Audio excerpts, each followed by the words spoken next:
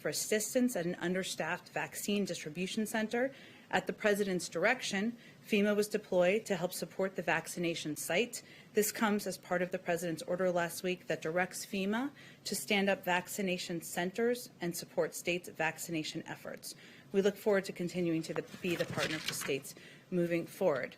Last on the COVID, last update on COVID, I wanted to briefly preview the first of our public health briefings, which will begin this Wednesday and will be done regularly for the foreseeable future. These will be science-led briefings featuring our public health officials and members of our COVID-19 response team. These briefings will typically happen 3 times a week to provide the American people with key updates on the virus and our government's response. They're a reflection of our commitment to being transparent and honest with the public about the pandemic and the work our whole of government team is doing every day, and you will all be able to participate in those, of course, as well. Finally, this morning, President Biden issued an executive order setting the policy that all Americans who are qualified to serve in the armed forces of the United States should be able to serve. Today's action revokes the presidential memorandum of March 2013, 2018, and also confirms the revocation of the presidential memorandum of August 25th of 2017. Today's action fulfills another campaign promise. With this EO, no one will be separated or discharged from the military or denied reenlistment on the basis of gender identity. And for those transgender service members who were discharged or separated because of their gender identity, their cases will be re-examined. President Biden believes that gender identity should not be a bar to military service and that America's strength is found in its diversity. America is stronger at home and around the world when it is inclusive. Last thing, sorry, I said it was the last, but lot going on here. This afternoon, the President will sign an executive order that takes an important step to support American manufacturing. With this Buy American executive order, the President is already making good on his commitment to building a future that is made in America by all of America's workers. Through the Buy American executive order, the President will put to work the nearly $600 billion in taxpayer dollars that goes toward federal contracting in support of American manufacturing and good-paying jobs for America's workers. The EO directs agencies to close loopholes in how Made in America products are measured so that we can close loopholes and increase the amount of a product that must be made in the U.S. for it to qualify under Buy American law. He will also appoint a senior White House official to oversee this policy to ensure it's actually enforced and that all agencies are seeking small and medium-sized American businesses to make the products they need. The EO will also tighten and make public the waiver process so that American workers and manufacturers can see how federal dollars are spent and where they're going. So I will stop there, and Jonathan, why don't you kick us off? Thank you, Jen. We know you have to leave at 2 o'clock, so we'll just get started right now. 2 topics for you, please. One foreign and one domestic. Sure. Overseas first. Over the weekend, there were dozens of significant protests in Russian cities over the arrest of Alexei Navalny, which were put down harshly by police there. What sort of U.S. response is being considered? What sort of actions or sanctions could occur? And when does the President plan to speak to President Putin? First, I'd like to point all of you to a statement that was released this weekend by the State Department strongly condemning the use of harsh tactics against protesters and journalists in cities throughout Russia. These continued efforts to suppress Russians' rights to peacefully protest and assemble and their freedom of expression, and the arrest of opposition figure Alexei Navalny, and the crackdown on protests that followed are troubling indications of further restrictions on Russian civil society. So I'll just reiterate our call from here on Russian authorities to release all those detained for exercising their universal rights and for the immediate and unconditional release of Alexei Navalny. We also urge Russia to fully cooperate with the international community's investigation into the poisoning of Alexei Navalny and credibly explain the use of a chemical weapon on its soil. And last week we announced that the President had issued a tasking to the intelligence community for its full assessment of a range of activities, including, of course, the SolarWinds cyber breach, Russian interference in the 2020 election, its use of chemical weapons against Alexei Navalny, and the alleged bounties on U.S. soldiers in Afghanistan.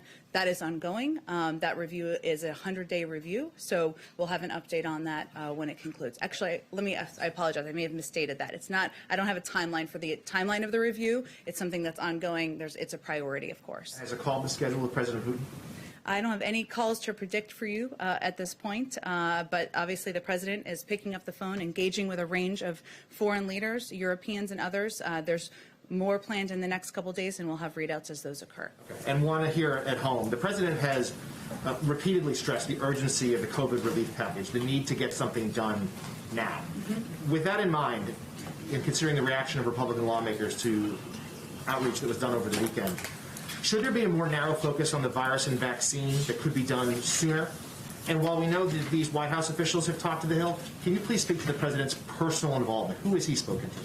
The president has been personally engaging with Democrats and Republicans. We're not going to read out all those calls for you because those are private conversations, and we feel that's the most effective way to get this package moving forward. As you know, there was a call that occurred yesterday that we did a brief readout on from that call, part of our ongoing engagement to talk with Democrats and Republicans. And I'll convey that this is how, in the president's view, and we talked about this morning, this process should work. He puts his policy forward, his vision forward, and then Democrats and Republicans can engage and give their input and feedback on what they think is going to work and how to move this package forward. So in our view, this is working exactly as it should work. But in terms of is there concern, Democrats themselves, Senator Sanders, has an independent, of course, and Speaker Pelosi has suggested the reconciliation should be considered now. The time is wasting. There isn't time for this sort of legislative back and forth. Well, the president himself has conveyed the urgency of moving this package forward, and that's certainly something he has also conveyed privately to Democrats and Republicans. And it's not just him. There's urgency to the American people for this package to move forward, because we are going to hit a cliff, an unemployment insurance cliff, I should say, in March, where millions of people won't be able to have access to unemployment insurance. We're going to hit a point where we won't have enough funding for vaccine distribution. Nobody wants to have the conversation, no member of Congress, in May or June when we don't have the funding to put back to reopen schools, I should say. So there's an urgency he's conveyed. I will say, as it relates to reconciliation, just to take a step back, everybody watching is not as in the weeds on the Senate process as all of you, so let me just take a moment to explain. Reconciliation is a means of getting a bill passed. There are a number of means of getting bills passed. That does not mean, regardless of how the bill is passed, that Democrats and Republicans cannot both vote for it. So the president obviously wants to make this bipartisan, hence he's engaging with members of both parties, and he remains committed to that moving forward. Go ahead, Caitlin. Just real quick, you were talking about the cliff in March. Does he think it will get passed by March? Well, there's an urgency to moving it forward, and he certainly believes it needs to be there needs to be progress in the next couple of weeks. So he thinks by March it could get passed? Well, I don't want to give it a deadline on it, Caitlin, but I think we are all mindful and looking at that timeline in March as to when we will hit the unemployment cliff, and it's vital to get things done quickly and rapidly, as quickly as possible. So you said last week he wants it to be bipartisan. Of course, we've already seen the Republicans pushing back on the price tag, the $15 minimum wage, and who is qualifying for these stimulus checks. So is he willing to come down on any of that? Well, I'm not going to negotiate from here. Not that you're expecting me necessarily to do that. But again, the president feels this is working as it should. He proposed his package. He's getting feedback. We're having conversations. We don't expect the final bill to look exactly the same as the first bill he proposed. I will remind you, though, that the bipartisan package that passed in December had the same thresholds for the checks. $150,000, about approximately that amount for families, about $75,000 for individuals in terms of who would have access to that those checks. And each component of this package is vital to get us through this period of time. So that's how the president looks at the package, that each of them are essential, not just vaccine distribution money, but funding to ensure that people can make sure they are putting food on the table, that their kids are eating, that they have the bridge needed to get to the other side of the pandemic. Okay, and then just quickly, yesterday the CDC director said she could not say how much vaccine there was left to go out. I know it's complicated what's being shipped and distributed and actually injected, but is there at least a ballpark amount that officials are aware of how much vaccine there is?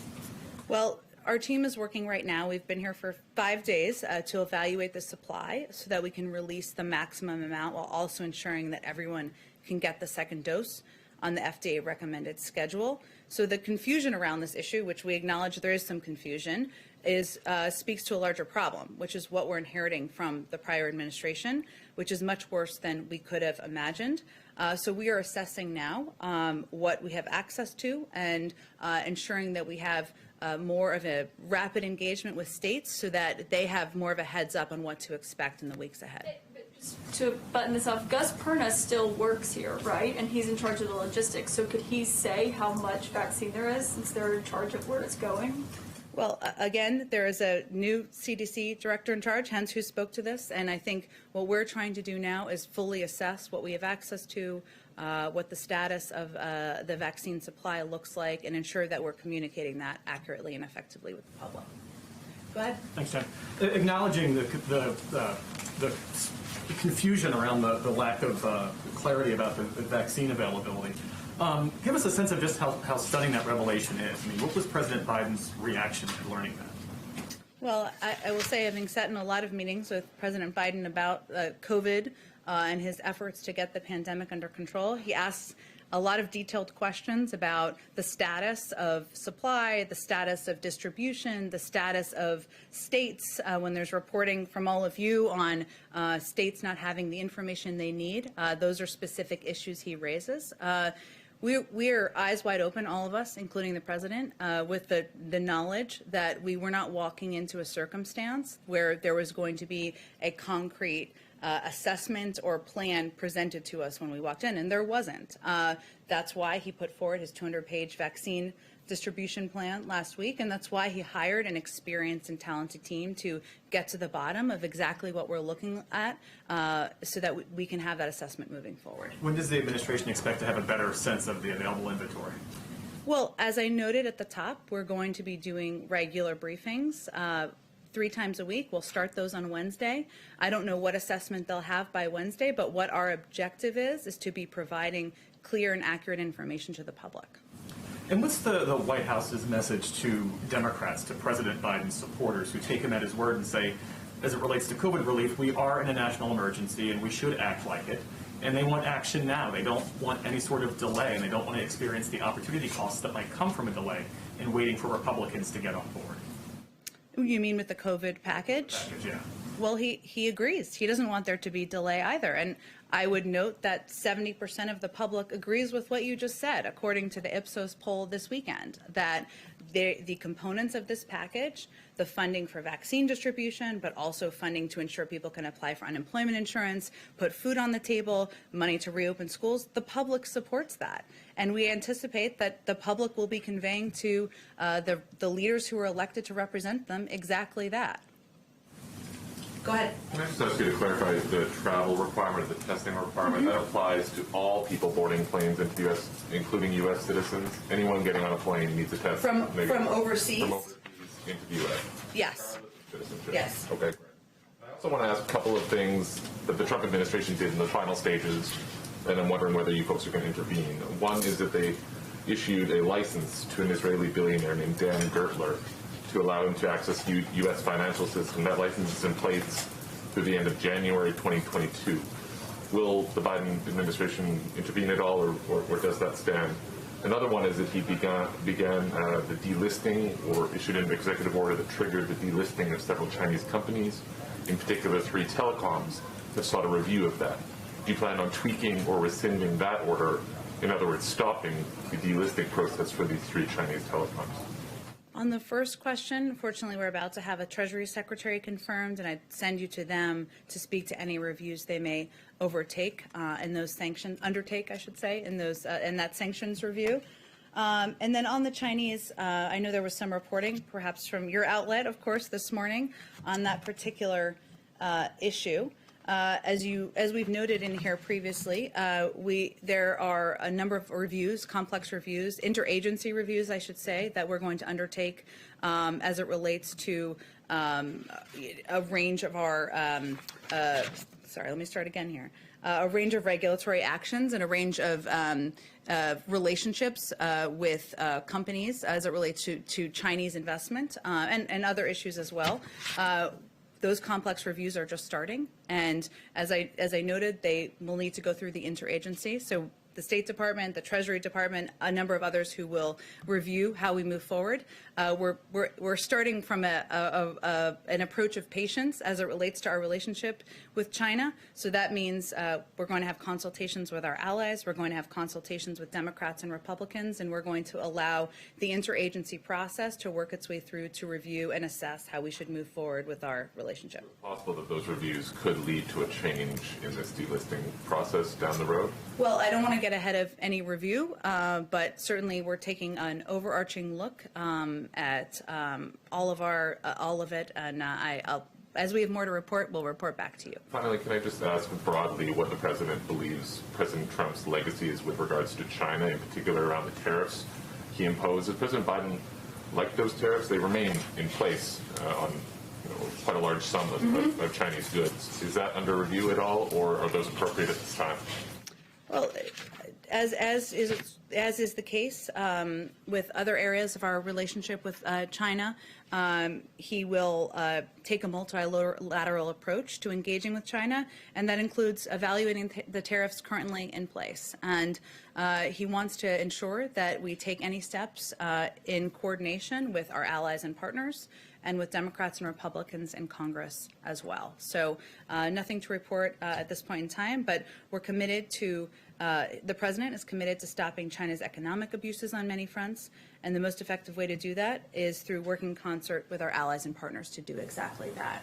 Go ahead. I wanted to follow up a little bit on some of the China issues. I know that there was an executive order requiring the sale of TikTok's U.S. business, and I wondered if there were plans to revoke it or enforce it, or what is the current thinking on that matter? It's a great question. I haven't had the opportunity to speak with our national security team about it. Happy to take it and see if we can get to you something more specific. Go ahead. Thank you so much. Two questions for you. The first is sort of stepping back for a minute at what the administration's goals are. I mean, unity is something that President Biden spoke about quite a bit on the campaign trail, talked about it during the transition. Could you talk a little bit more specifically about what unity will mean to this administration, whether there are any kind of benchmarks that you've identified to show that unity has been achieved? And I just sort of to contrast with the coronavirus task force, of course, you've got very detailed benchmarks about what that what you want to achieve sort of moment by moment. But with unity, are you talking about bipartisanship? Are you talking about something that's widely popular in the United States? Could you sort of go through what Biden is thinking about when he says that he wants to achieve unity?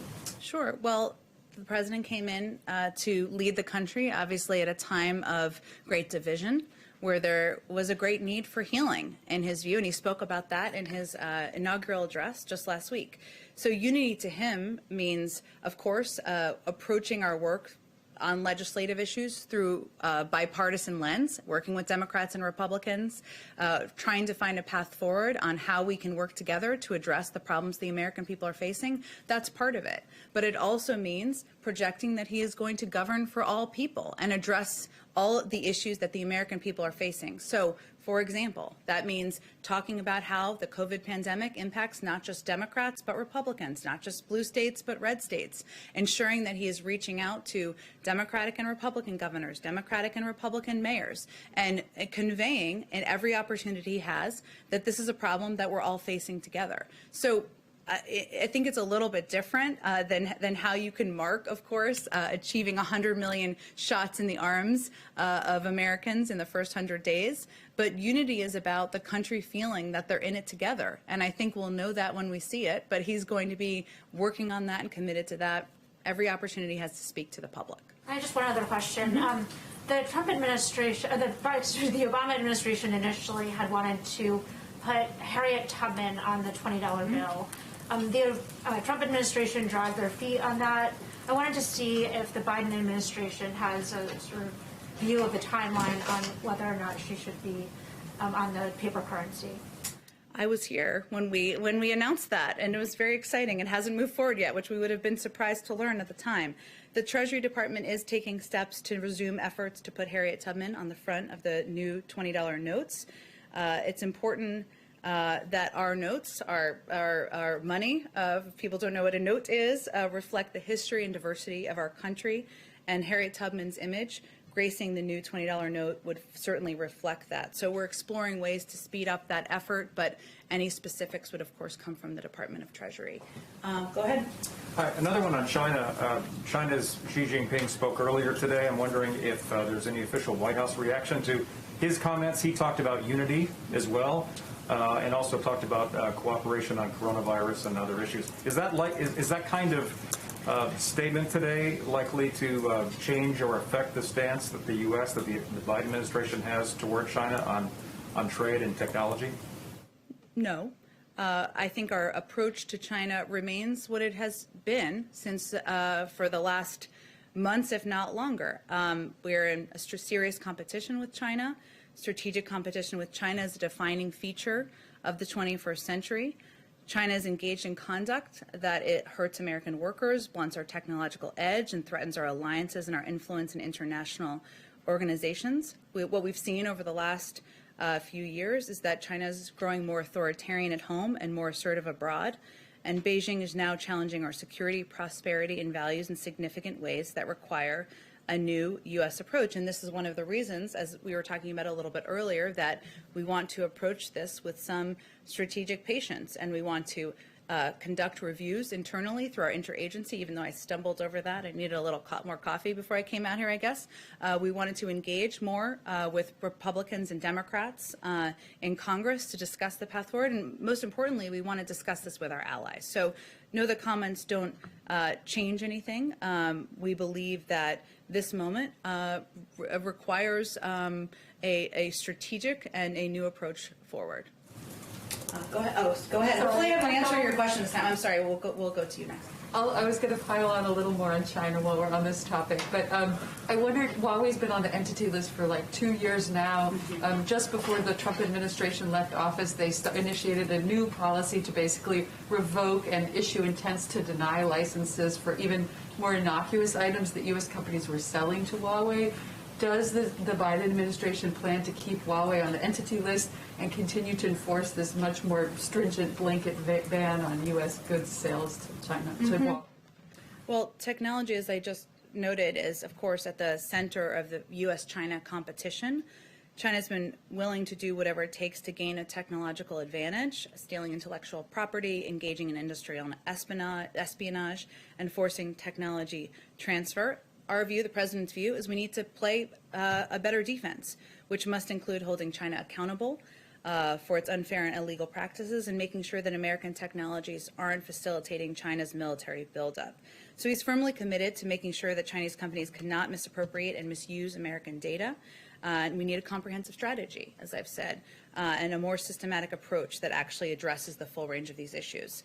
So there is, again, an ongoing review of a range of these issues. We want to look at them carefully, and we'll be committed to approaching them through the lens of ensuring we're protecting U.S. data and America's technological edge. I don't have more for you on it. As we do, we're happy to share that with all of you. Go ahead. President Biden, condemned protests and violence on the far left and the far right before he was president. Why haven't we heard anything directly from him about the riots in Portland and the Pacific Northwest since he was inaugurated? Well, he's taking questions later this afternoon, so perhaps you will. I will say from here that President Biden condemns violence and any violence in the strongest possible terms. Peaceful protests are a cornerstone of our democracy, but smashing windows is not protesting, and neither is looting. And actions like these are totally unacceptable, and anyone who committed a crime should be prosecuted to the fullest extent. Our team is, of course, monitoring it very closely. And as he pushes for federal help to businesses affected by COVID, should we expect to see any kind of federal assistance for these businesses out there that are affected by COVID and riots? Well, again, I think you know because we've had this conversation in here already a few times since I joined the team, that his focus is on getting the American people through this period of time and pushing forward on a relief package that will get them the assistance they need as it relates to the pandemic and the impact of the pandemic. So I don't have anything more for you on that. And just one more about the announcement you made off the top about the travel restrictions. Mm-hmm. When President Trump was imposing travel restrictions in March, specifically on China, then candidate Biden called it xenophobic and fear-mongering. So Now, President Biden is putting travel restrictions on people coming in from other countries. What word do we use to describe that? Well, I don't think that's quite a fair articulation. The president has been clear that he felt the Muslim ban was xenophobic. He overturned the Muslim ban. He also, though, has supported, and he himself, even before, or we did, I should say, even before he was inaugurated, steps, travel restrictions in order to keep the American people safe, to ensure that we are getting the pandemic under control. That's been part of his policy. But he was critical of the former president for having a policy that was not more comprehensive than travel restrictions.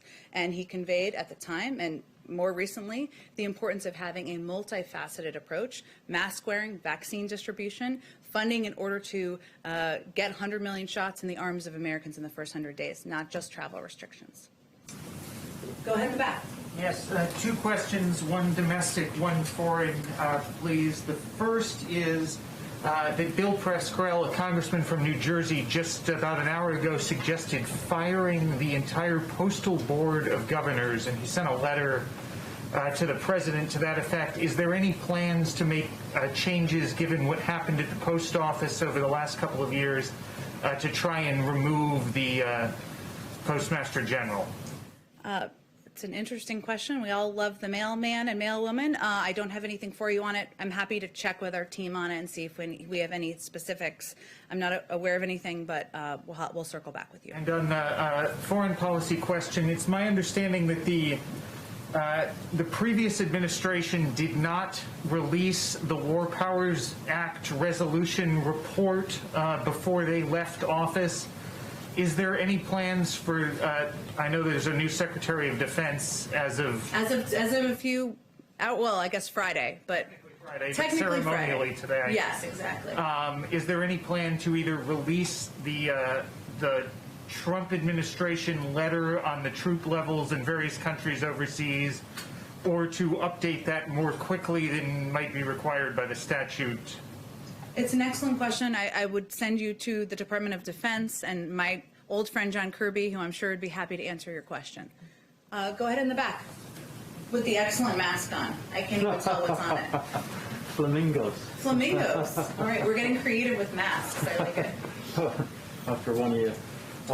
So just back to Russia, given the many unsolved deaths over the years of President Putin's opponents, or near deaths in the case of Navalny, would President Biden be holding President Putin personally accountable for the continued health of Navalny while he's in prison?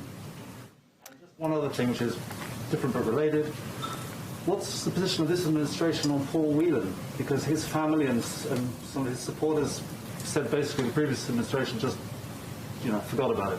What's going on with Paul Whelan? What's your position? Thank you. Well, let me take the second question and talk to our national security team and get you something more comprehensive. And certainly we don't plan to follow the same pattern of the last administration. But on the first question, I would say this is the reason why the president tasked his national security team, his intelligence team, with assessing a range of issues as it relates to our relationship with Russia, including the SolarWinds breach, including the poisoning of Alexei Navalny, which we have been quite outspoken about from our national security advisor to the State Department, will continue to be. We want to see that review conclude, but as has always been the case, the president reserves the right to respond in the time and manner of his choosing. And I'm not going to take options off the table from here. Go ahead. Hi, I'm the print puller today, so if possible, can I ask a question also on behalf of one of my colleagues who couldn't be here? Sure. For social distancing. Okay, so I'll start with my question. New York City Mayor Bill de Blasio announced today that the city is delaying the opening of large COVID-19 vaccination sites at Yankee Stadium, at Citi Field. Governor Cuomo has said the state has the capacity to vaccinate up to 100,000 folks a day if there was supply. As the administration is analyzing and reconfiguring its distribution plan, how heavily is infrastructure being weighed? In other words, does New York get first dibs because it has the capacity to do this right away? And then the second question would be on the same COVID note. There are seniors who don't have access to websites, don't have folks vouching for them. Is there anything the administration is doing to ensure that seniors who don't have, anybody to assist them with scheduling these appointments, that they don't fall through the cracks? And then I have a second question from another reporter. Sure. So on the first question, this is a really important one. Infrastructure is pivotal. It's not just about the science. Scientists, medical experts, what they've done over the last year in moving this vaccine forward has been a Herculean effort. But now it is about ensuring that there are more vaccinators and there are more places to actually distribute the vaccine. And clearly, case scenarios where there are large facilities, whether they're football fields or others, to do that can be quite efficient. There are other places around the country where we are seeing developments along those fronts, and we're certainly encouraging that. But this is a multifaceted challenge. It's not just about having supply, which is pivotal, of course. It's also about having more people who can physically put the shots into the arms of Americans, and it's about ensuring we have places that can be done. I don't have anything for you on the prioritization. That's something, of course, that our team is working through, and we want to ensure that we are working closely with governors across the country to effectively do that. Tell me your second question again. I know you have one after this. The second part to that question was just, will there be any federal assistance to support states in reaching out to seniors who may not have access to internet or even phone to schedule these appointments? That's been a complaint that's emerged a lot. Yeah, it's a really important question, because what we've discovered and what our team has discovered is that the farther you get into vaccinating Americans, the harder it becomes. There for a couple of reasons. One is vaccine hesitancy, which Dr. Fauci talked about as an issue that was of great concern to him and some other health and medical experts, and it's more predominant in communities of color. But as you noted, there is also an issue with communicating with a range of people in the public, some in rural communities for different reasons, but also seniors and others who aren't picking up their phone and looking at information on Instagram every day, and not receiving information in the same way that young adults would be. So part of our effort is to use an across-the-board public communications campaign, an effort to meet people where they are, and certainly thinking about how to reach seniors, doing it in a way where it is being done locally by trusted authorities and trusted figures locally. We found to be a key effective approach to that, but we will continue to be working on that, and is definitely one of the challenges that we're facing. This question is from Ross Palumbo from ABC in South Florida. He asked, Florida Governor Ron DeSantis has blasted part of the president's COVID plan, specifically saying, quote, FEMA camps are not necessary in Florida. Has or will the president be reaching out to DeSantis? What is his reaction to comment like these? Well, the president is a pretty even-keeled guy, so I would say that he doesn't have much of a reaction other than he wants to ensure that the vaccine is distributed to people across the country, including, of course, the millions of people living in Florida. And I will note, because we're data first here, facts first here, they've only distributed about 50% of the vaccines that they have been given in Florida. So clearly they have a good deal of the vaccine. That supply will need to continue to increase as they are able to effectively reach people across the state. But part of the challenge, as we were just talking about, is not just having the supply, that's pivotal, but also having vaccinators and having vaccine distribution places and doing it in a way that's reaching people where they are and meeting local communities. And the president's going to be focused on that in a bipartisan manner, regardless of what any elected official may have to say. Go ahead all the way in the back, Hi. And then we'll come to you, sir. Go ahead. Thanks, Jen. In an executive order that the president signed last week, he also suspended a Trump administration executive order that was particularly aimed at keeping foreign countries, specifically China, from interfering in the U.S. power grid. But he suspended that for 90 days in that executive order last week. Given what you said about China today, why did he do that, especially related to something so critical to our national security as the power grid? I think the president's view on our relationship with China, I tried to do my best to convey to all of you. I'll have to check on that specific piece, and we'll circle back with you directly. Go ahead. Thank you. The administration said that the Remain in Mexico policy from the prior administration would not be enforced anymore, but there are thousands of people who are stuck now as a result of that policy, and the administration has not said what you'll do with them and how to process these migrants. What is the answer to that? In terms of migrants at the border, well, who are stuck as a result of Remain in Mexico. There are many thousands of people. Well, I think there's a couple of steps that we're working to convey and convey more effectively to people directly living in many of the countries who have large populations who are coming to the border. One is that this is not the right time to come.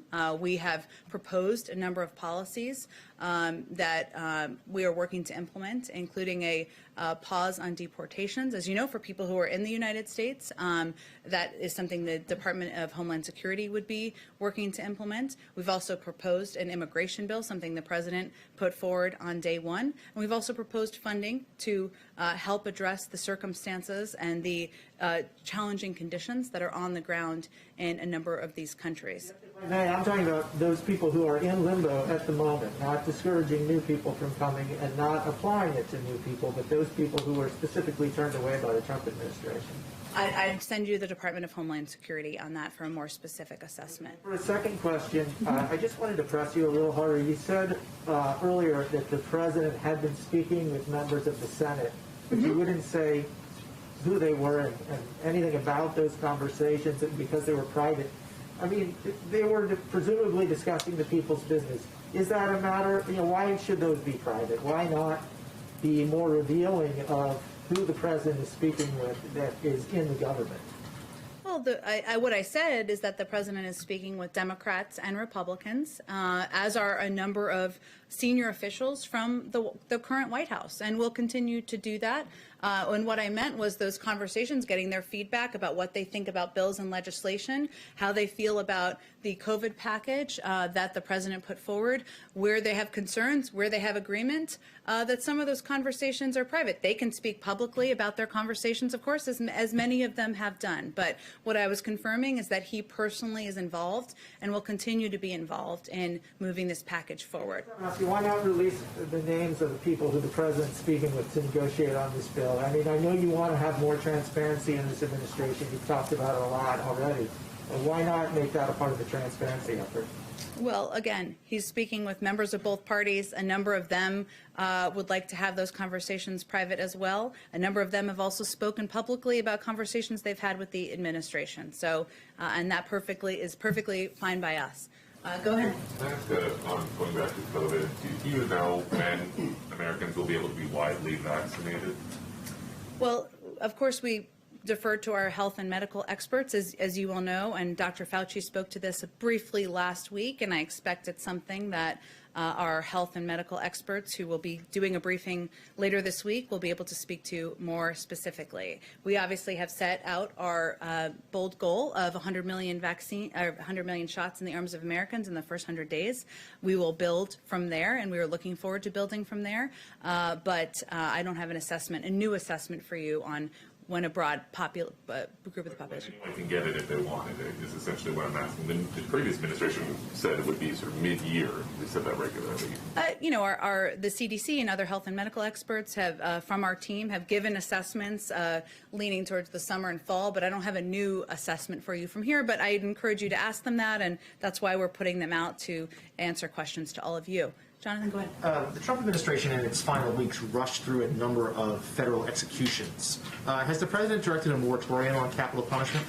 And does he plan to? The President's position on the death penalty, I think you're probably familiar with. Others may not be. He's opposed to the death penalty. I don't have anything to preview for you in terms of what steps he may take. Go ahead, Caitlin. You said that these coronavirus briefings are going to start. President Trump did not attend some of the coronavirus briefings at the end. He did not attend a lot of the coronavirus task force briefings.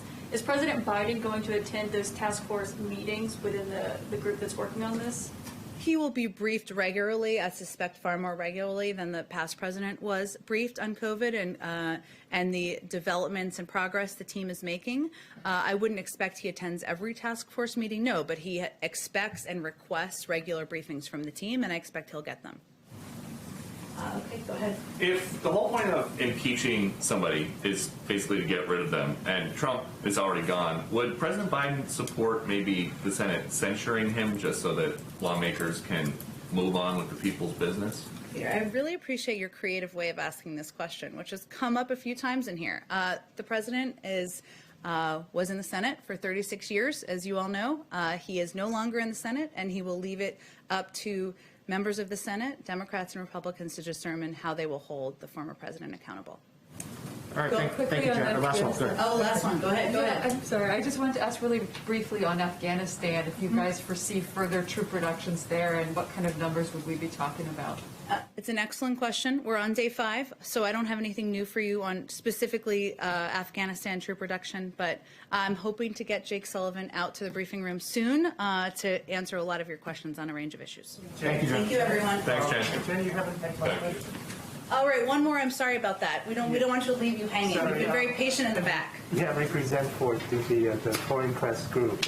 I have two foreign policy issues, one on China and one on the UK. Okay. On China, you just mentioned about competition, and President Biden's HSR, Kurt Campbell, says he hopes for a stable competition. Is that what the White House is looking for?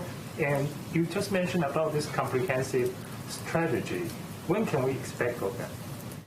I appreciate all of those questions. I don't have any preview for you on when we will have more specifics on our strategy. I've tried to convey the president's overarching approach. But again, this is a relationship that we are going to be communicating with and working with partners and allies on. There are a number of calls that will happen over the coming weeks with key partners and allies. I'm sure this will be a topic of discussion, as well as Democrats and Republicans on the Hill, and we are going to approach it with patience. And on the UK, we know over the weekend, President Biden had a phone call with Prime Minister Boris Johnson, and Mr. Johnson said they talk about the free trade deal. However, from the White House readout, we don't see that. Does the president support the free trade deal with the UK? I haven't talked to him or Jake Sullivan about that. I'll venture to do that and see if I can get more for you on it. And thanks, everyone. Thank you. Thank you. Thank you. Thank you.